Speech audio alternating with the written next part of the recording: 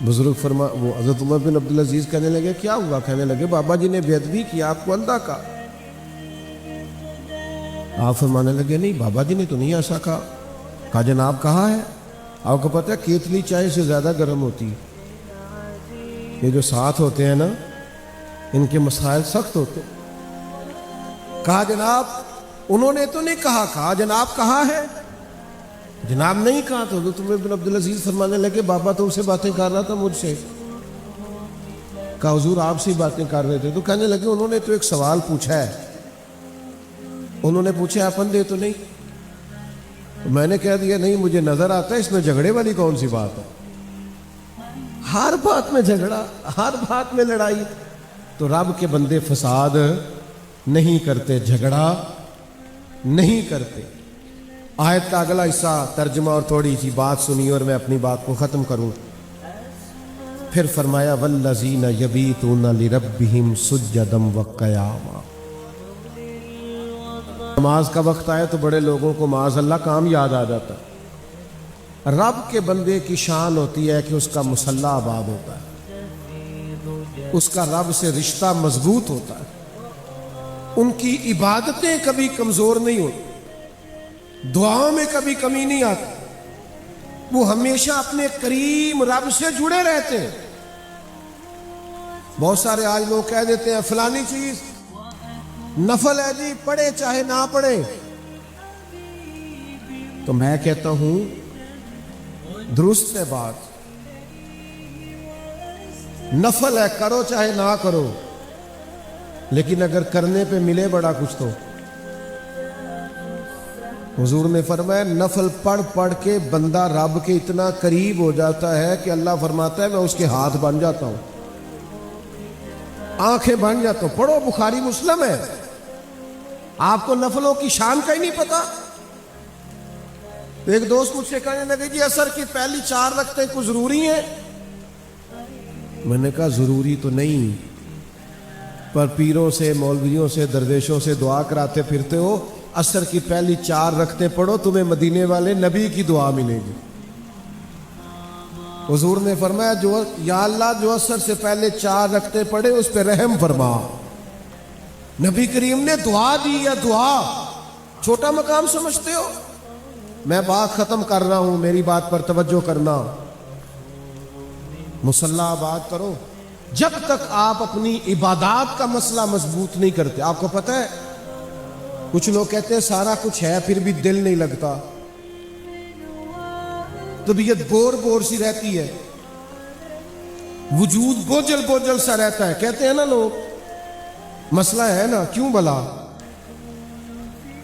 وجود کھانا مانگتا ہے، آنکھیں نیند مانگتی ہیں، روح اللہ کی یاد مانگتی ہے،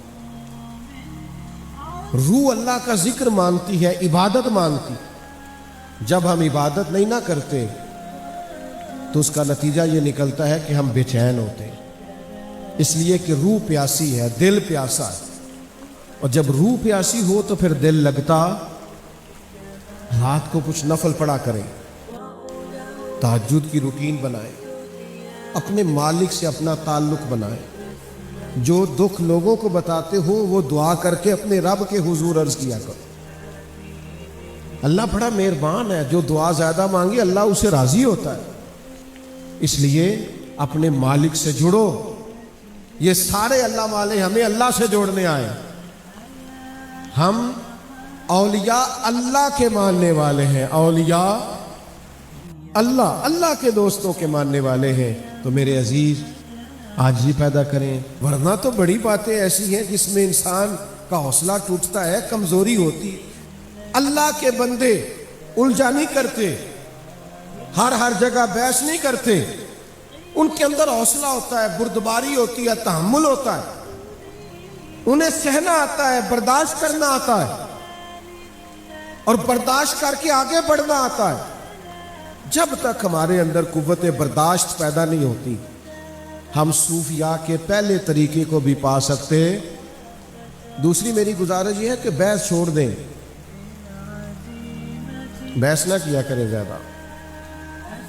مذہب اسلام کو دنیا میں بحث کے لیے نہیں آیا، عمل کے لیے آیا۔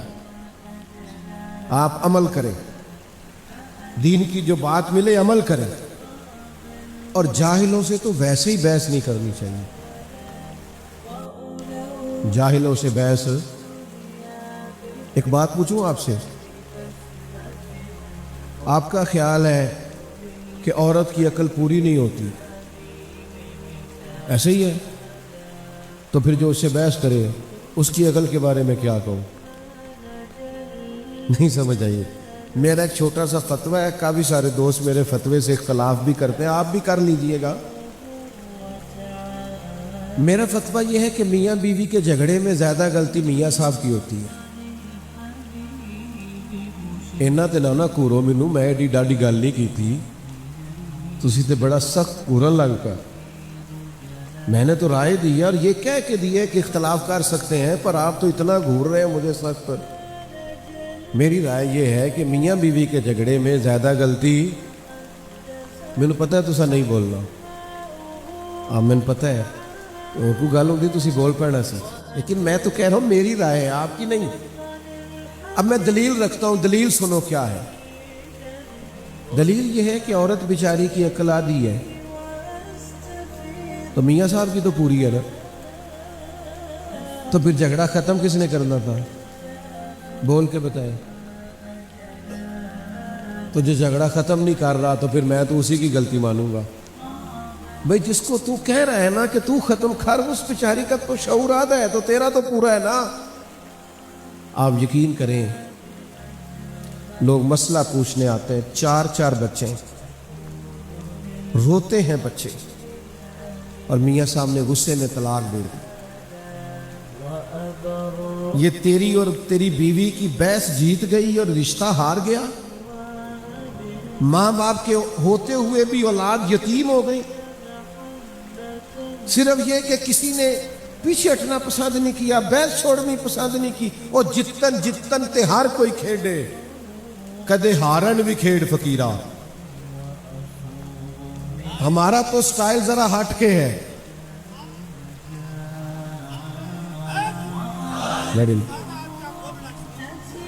جتن تے ہر کوئی کھیڑے، یہ تو سارے کرتے ہیں. ہم نے تو وہ کرنا ہے جو سارے کرتے، سارے نہیں کرتے. سٹائل ذرا ہٹ کے ہونا چاہیے نا. جتن ہر کوئی کھیڑے، تو ہارن کھیڑ فقیرہ. جتن دا مل کوڈی پیندئی، ہارن دا مل ہیرا. ہار جائے کبھی کبھی، رشتے بچائیں، تعلقات بچائیں، محبتیں بچائیں، بھائیوں سے تعلق بچائیں، رشتہ داروں سے بچائیں. ہر وقت بحث میں اختلاف ہی ہوتا ہے. علماء کریں گے ایک آگ کے ہاتھ کے لیے، کبھی کسی دینی مسئلے پہ بحث کرنی ہوئی تو اس کا اجر ہے، لیکن یہ جو ذاتیات کے لیے بحث ہے اسے چھوڑ دیں، اور جاہلوں سے تو بالکل چھوڑ دیں. امام شافعی رحمۃ اللہ علیہ فرمایا کرتے تھے، کبھی کبھی میری گفتگو علماء سے ہوئی کسی فروعی اختلافی مسئلے میں، تو جب علماء سے بحث ہوئی تو کبھی وہ عالم میری رائے مان گئے اور کبھی میں ان کی مان گیا.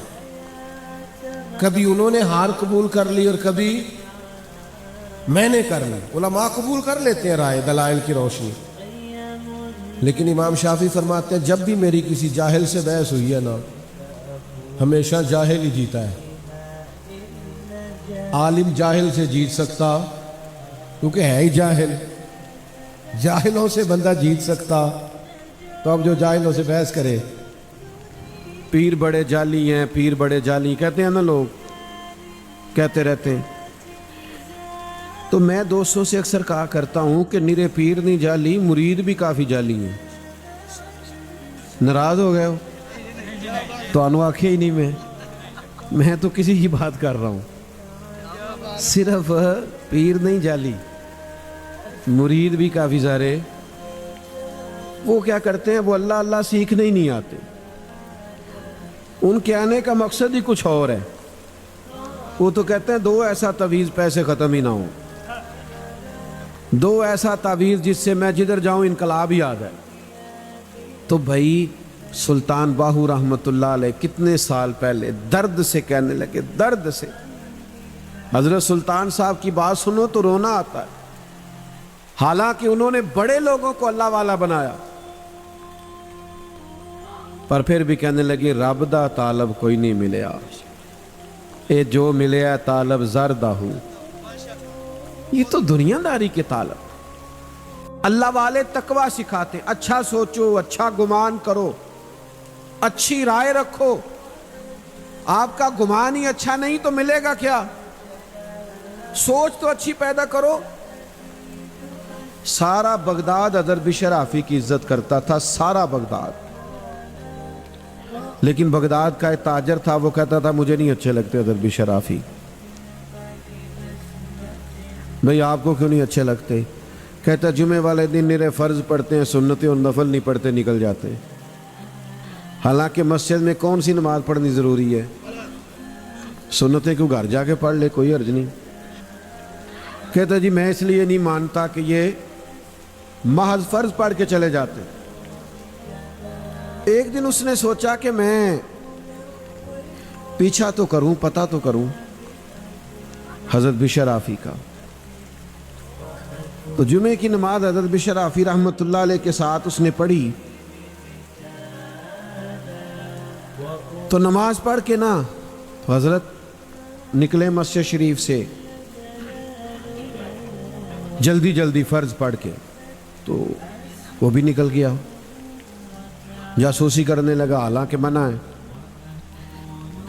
وہ شیخ مسجد سے نکلے تو وہ بھی نکلا۔ آپ نے نا ایک دکان سے جا کے نان خریدے۔ کہنے لگا اوہو مولوی صاحب کو بھوک نے ستایا تھا، اس لیے سنتیں اور نفل لیٹ کر دی۔ پھر حضرت آگے بڑھے اور ایک دکان سے کباب لیے، کہنے لگا عمر دیکھو اور ذائقے دیکھو۔ پھر حضرت ایک جنگل کی طرف بڑھے جو آبادی جنگل والی تھی، کہنے لگا اب یہ سب سے چھپ کے کباب کھائیں گے، میری طرف توجہ ہے آپ حضرات کی۔ لیکن قربان جائیں وہاں منظر کیا ہوا۔ حضرت ایک کچے سے مکان میں گئے، دروازہ باہر سے بند تھا، دروازے کو کھولا، جب اندر تشریف لے گئے تو وہ تاجر کہتا ہے میں چھپ کے دیکھ رہا تھا، سامنے ایک فالج کا مریض بوڑھا آدمی لیٹا ہے۔ حضرت بشر آفی رحمۃ اللہ علیہ نے کیا کیا؟ آپ نے وہ کھانا، پہلے تو آپ نے پانی کے ساتھ اس بزرگ کا منہ دھویا، اور پھر حضرت لقمے توڑ توڑ کے اس کے منہ میں ڈالنے لگے۔ وہ مریض رونے لگا، کہنے لگا حضور 14 سال ہو گئے، آپ ہر روز آتے ہیں، مجھے تو میرے اپنے بھی چھوڑ گئے، ہر روز 14 سال بیت گئے، کب تک آپ آئیں گے؟ تو جناب بشر نے اس بیمار کے آنسو پوچھے اور فرمانے لگے تیرا کیا خیال ہے کہ میرا سارا شہر میری عزت کرتا ہے تو کس لیے کرتا ہے؟ میں تجھ بیمار کی خدمت کرتا ہوں تو اللہ نے مخلوق کے دلوں میں میری محبت پیدا کر دی۔ اللہ اکبر۔ میرے اب دوستو یاد رکھیے گا، حضرت فرمانے لگے میں نے تو بھی سنتیں اور نفل بھی ادا کرنے۔ تو شیخ وہاں سے باہر نکلے تو وہ تاجر قدموں میں لگ گیا، کہنے لگا جس بات پر میں آپ سے بدگمان ہوتا تھا وہ تو آپ کی بہت بڑی خوبی نکل آئی ہے، تو بہت بڑی خوبی ہے۔ اب اللہ والے کیا کہتے ہیں؟ فرماتے ہیں میری زندگی میں کسی سے بات نہ کرنا۔ تو سب سے پہلی بات کہ اچھا سوچیں۔ ہمارے ہاں نا انزائٹی ڈپریشن کے مریض بڑھ رہے ہیں تو ڈاکٹر ان کو مشورہ دیتے ہیں کہ اچھا سوچا کریں، ہاں مہربانی کریں، مثبت رائے رکھیں گے تو انشاءاللہ نیند بھی صحیح آئے گی، اور تھوڑا سا اپنے علاوہ بھی کسی کو نیک سمجھ کے دیکھیں، اللہ کی مخلوق بڑی پیاری ہے، کسی اور کو بھی آپ سوچیں کہ یہ بھی بڑا خوبصورت انسان ہے۔ مجھے بتاؤ کہ جس آدمی نے مائک لگایا ہے، سٹیج بنایا ہے، دریاں بچھائی ہیں، ان کی کیا عزت ہوتی ہے محفلوں میں، جلسوں میں؟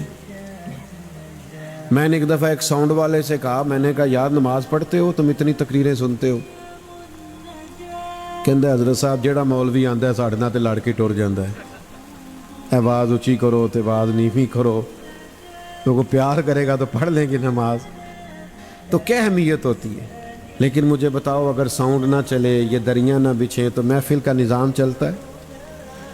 تو اچھا سوچیں، سب کی ضرورت ہے، سب کے ساتھ پیار کریں. بچنا ہے تو بد عقیدہ سے بچنا ہے. باقی آپ اپنوں کے ساتھ رویے کو بڑا خوبصورت بنائیں. ایک تو تقوی سوچ کا، ایک پھر بولنے کا تقوی. آپ کی گفتگو میں کوئی ایسا لفظ نہ ہو جو بازاری محسوس ہو، جو آپ کی شخصیت اور وقار کے منافی ہو. آپ احتیاط سے بات. ایک تو ہمیں بولنے کا شوق ہی بڑا ہے. کچھ لوگ اتنی باتیں کرتے ہیں، کئی دفعہ دل کرتا ہے کہ یار آپ مطلب اللہ خیر کرے، اللہ کرے آپ کا ذہن سلامت رہے. تو بہت ہی بولتے ہیں بھیا، کچھ تھوڑی باتیں کسی اور کو بھی. بلکہ ہمارے ہاں ایک اور بات عام ہو گئی، نہیں کوئی بات کر رہا ہے تو بیچ میں کود جائیں گے، کہیں گے قطع کلامی معاف، اور اپنی بات شروع کر دیں گے. تو میں کہتا ہوں ابھی تو ہم نے معاف کیا ہی نہیں. آپ نے معافی بھی گن پوائنٹ پہ مانگی ہے، قطع کلامی معاف، لہذا اپنی بات شروع. ہم نے تو بھی معاف ہی نہیں کیا. اچھا بولے، صاف ستھری بات کریں، جسے حق جانے وہ کہیں. اپنی گفتگو کو باوزن کریں، با طہارت کریں. مشکات شریف میں حدیث ہے، نبی کریم صلی اللہ علیہ وسلم نے فرمایا، اللہ کے حبیب فرماتے ہیں تم بات کرتے کرتے کبھی کبھی ایسا جملہ بولتے ہو تمہیں پتہ ہی نہیں ہوتا رب تمہارے لیے جہنم کا فیصلہ کر دیتا ہے. خوبصورت لب و لہجہ اختیار کریں. اور فرمایا کبھی کبھی تم بات کرتے اتنا سونا جملہ کہتے ہو کریم رب تمہارے لیے جنت کا فیصلہ فرما دیتا. تو اچھا بولیں، خیر کی بات کریں، زبان سے خیر کے جملے نکالیں. دل زبان کے تیر نہ برسائیں، ہر وقت تلخ بات نہ کریں. کچھ لوگوں نے ایک اور بھی آج کل زاویہ بنایا، جی میں چونکہ سچ بولتا ہوں لہذا میں کڑوا ہوں، بات کھری کرتا ہوں تو لوگوں کو اچھی نہیں لگتی. او بھائی آپ کا لہجہ کڑوا ہے، سچی بات ہی تو بندے کو اچھی لگتی ہے. دنیا میں سب سے زیادہ سچ مدینے والے محبوب نے بولا ہے، پر اتنا میٹھا کر کے بولا ہے کہ دلوں میں اتر گیا. او جی میں سچ کہتا ہوں، کائنات کا سب سے بڑا سچ یہ ہے نا کہ اللہ وحدہ لا شریک ہے، سب سے بڑا سچ یہی ہے نا. لیکن قرآن کریم نے کہا اسے بھی حکمت سے بولو، ادعو الی سبیل ربک بالحکمہ، کسی کو رب کی طرف بھی بلاؤ تو حکمت کے ساتھ بلاؤ، دانائی اور تدبر کے ساتھ بلاؤ. آپ معیار تقوی پر فائز ہوں، آپ کے لب و لہجے کے اندر خوبصورتی ہو، ٹھہراؤ ہو.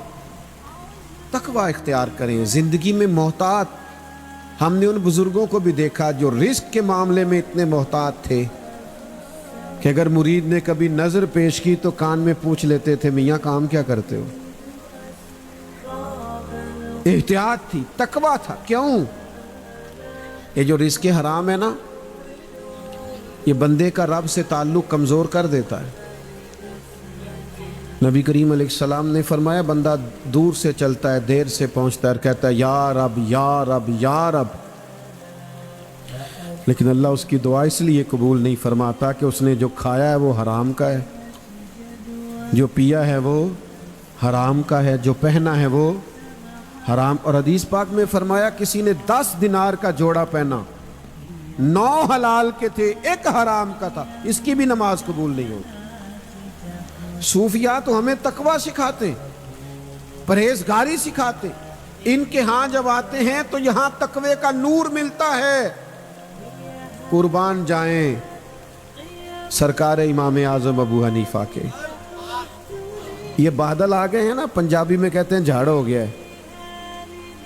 تو امام صاحب کپڑے کا کام کرتے تھے، کبھی بادل آ جاتے دکان بند کر دیتے. فرماتے گاہک کو کپڑا ٹھیک نظر نہیں آئے گا، تو ایسا نہ ہو کہ وہ کسی دھوکے میں ہم سے خرید کے لے جائے. ہم اپنے مال کو پاک رکھنا چاہتے، رزق کے مسئلے میں ہمیشہ محتاط رہیں. یہ اللہ والوں کا خاص پیغام ہے. بس میں نے زیادہ باتیں نہیں کرنی، سمیٹنے لگا ہوں. تقوی والی پرہیزگاری والی زندگی گزارے، آپ خود محسوس کریں گے آپ کی طبیعت میں نورانیت پیدا ہو گئی ہے۔ میری گزارش جس پر میں نے بات کو سمیٹنا ہے وہ یہ ہے کہ رب کا جو بندہ ہوتا ہے نا، وہ چونکہ ایمان والا اور تقوی والا ہوتا ہے تو مصلی سے بڑا اس کا مضبوط تعلق ہوتا ہے۔ مصلی، ہمارے قبلہ حاجی ابو داؤد صادق صاحب رحمۃ اللہ علیہ تھے نا، تو فیصل آباد تشریف لاتے تھے حضرت محدث اعظم رحمۃ اللہ علیہ کے آستانے پر، تو گجرانوالہ سے ٹکٹ شیخو پورا کر لیتے تھے، زور پڑھ کے نکلتے، کہتے تھے وہاں جاتے میری اثر نہ قضا ہو جائے، اگر میں نے فیصل آباد کا ڈائریکٹ ٹکٹ لے لیا تو کئی دفعہ بس والے روکتے نہیں، وہاں اثر پڑھ لی، پھر شاہ کوٹ کا ٹکٹ لے لیا، پھر وہاں مغرب پڑھ لی۔ عبادت کے ساتھ ان کا رشتہ، چونکہ اللہ کا بندہ ہوتا ہے، اولیاء اللہ ہوتے ہیں، اللہ والے، تو وہ تو مخلوق سے بھی تعلق اس لیے بناتے ہیں کہ ان کو اللہ والا بنانا ہے۔ ان کو شوق نہیں ہوتا لوگ ہمارے گرد گھومیں اور ہمارے نعرے لگیں، تو آج کل تو بڑی بیماری لگ گئی لوگوں کو پروٹوکول کی۔ سعدی فرماتے ہیں کہ لکڑی کو گھن کھا جاتا ہے اور بڑے لوگوں کو خوشامد کھا جاتی۔ تو بھائی مصلی آباد کریں۔ آج کل مجھے بڑی تکلیف ہے، فجر کے نمازی تو ڈھونڈنے سے نہیں ملتے۔ آپ مسجدوں میں جا کے اندازہ کریں آج کل فجر کا کیا حال ہے، اور میرا ماننا یہ ہے کہ کسی بھی علاقے کے پکے نمازی وہ ہوتے ہیں جو فجر کے وقت آتے ہیں، لیکن اگر ہزاروں کا محلہ ہو اور ایک صف بھی پوری نہ ہو تو مجھے بتاؤ نا پھر ہم نے اپنے بزرگوں سے کیا سیکھا ہے، ہم نے کیا لیا؟ رب کریم کے بندوں کا مصلی آباد ہوتا، اللہ سے رشتہ مضبوط۔ شیخ شہاب الدین سہروردی رحمۃ اللہ علیہ مرید بیٹھے ہوتے، رش ہوتا، ذرا 5 منٹ ملتے تو شیخ چلے جاتے، 2 رکعت نماز پڑھتے، پھر آ جاتے۔ ایک دن ایک صاحب نے کہا حضور آپ بار بار جاتے ہیں حالانکہ لوگ استفادہ کرنے بیٹھے ہیں۔ فرمانے لگے اللہ رسول سے کچھ لوں گا تو تمہیں دوں گا نا، تو بار بار جاتا ہوں مصلی پہ تاکہ وہاں سے مانگ کے آؤں اور تمہاری جھولیوں میں ڈالوں۔ تو بھائی مضبوط عقائد، مضبوط ایمان، مضبوط تقوی، عبادت سے تعلق، یہ رب کریم کے بندوں کی شان ہے، یہ اللہ والوں کا طرز زندگی ہے۔ اللہ تعالیٰ نے ارشاد فرمایا کہ الا ان اولیاء اللہ لا خوف علیہم ولا هم یحزنون، فرمایا خبردار ہو جاؤ، بے شک جو اللہ کے دوست ہیں انہیں نہ کوئی خوف ہوگا نہ وہ غمگین ہوں گے۔ تو یا اللہ یہ کون لوگ ہوتے ہیں؟ فرمایا الذین آمنوا وکانوا یتقون، یہ وہ لوگ ہیں جو ایمان لائے اور جنہوں نے تقوی اختیار کیا۔ ایمان کی پختگی سب سے پہلا بنیادی وصف ہے اللہ کے بندوں کا۔ جس دور پرفتن میں اور آپ وقت گزار رہے ہیں، یہاں لوگوں کے عقیدے ڈاواں ڈول ہیں، نظریات میں بڑا بگاڑ ہے، لوگ فکری تضاد کا شکار ہیں۔ دنیا کے اندر کمزور وہ شخص نہیں ہوتا جس کا جسم کمزور ہو یا جو مالی طور پر محض کمزور ہو یا اس کے پاس افراد کی قلت ہو، بلکہ سب سے زیادہ وہ لوگ کمزور ہوتے ہیں جو نظریاتی طور پر کمزور ہوتے ہیں۔ جتنا کوئی آدمی فکری طور پر بے یقین ہوتا ہے، بھائی آپ بیٹھ جائیں، پیارے بھائی کہیں بیٹھ جائیں، آپ بھی تشریف رکھیں، محبت سے بیٹھ جائیں، اللہ آپ کو سلامت رکھے، سب حضرات بیٹھ، آپ بھی 2-4 لوگ بیٹھ جائیں جی، کیمرے والے، کیمروں کی ضرورت نہیں ہے، بیٹھ جائیں آرام سے، اللہ سلامت رکھے، پیچھے لوگوں کو بات سننے دیں، آپ تو بڑے پیارے لوگ ہیں، سب بیٹھ جائیں، سب بیٹھ جائیں، وہ ٹھیک کہہ رہے ہیں، اللہ آپ کو سلامت رکھے، اللہ تعالیٰ جزا دے۔ ماشاءاللہ اب ٹھیک ہو گیا، دیکھیں کتنی خوبصورت ہو گیا سارا کچھ، سب نے بات مان لی۔